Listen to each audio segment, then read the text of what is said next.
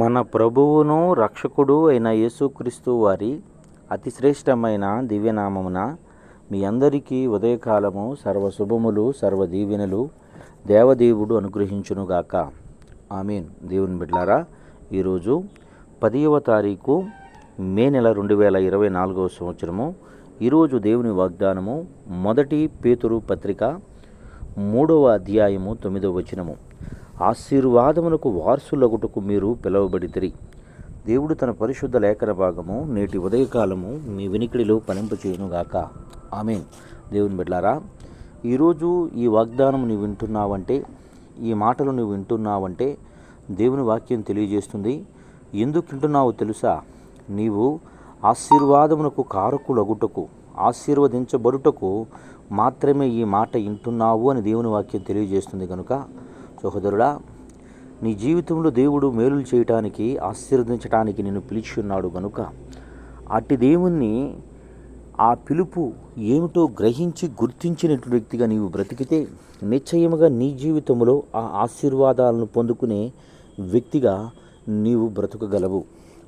సహోదరుడా, నీవు ఇప్పటికే క్రీస్తుని ఎరిగినప్పటికీ, దేవుని గురించి తెలుసుకున్నటువంటి వ్యక్తిగా నీవు జీవించినప్పటికీ, నీ జీవితంలో నీవు ఆ యొక్క గ్రహింపును చూడలేనటువంటి వ్యక్తిగా నీవు జీవిస్తే, దేవుడు ఈ ఉదయకాలం మరి ఒక మారు నీకు ఆయన పిలుపుని మరి రూఢిపరుస్తూ దేవుడు తెలియపరుస్తున్నటువంటి మాట, నేను పిలిచింది ఎందుకో తెలుసా? నీవు ఆశీర్వదించబడటానికి, దీవెనకరంగా బ్రతకటానికి.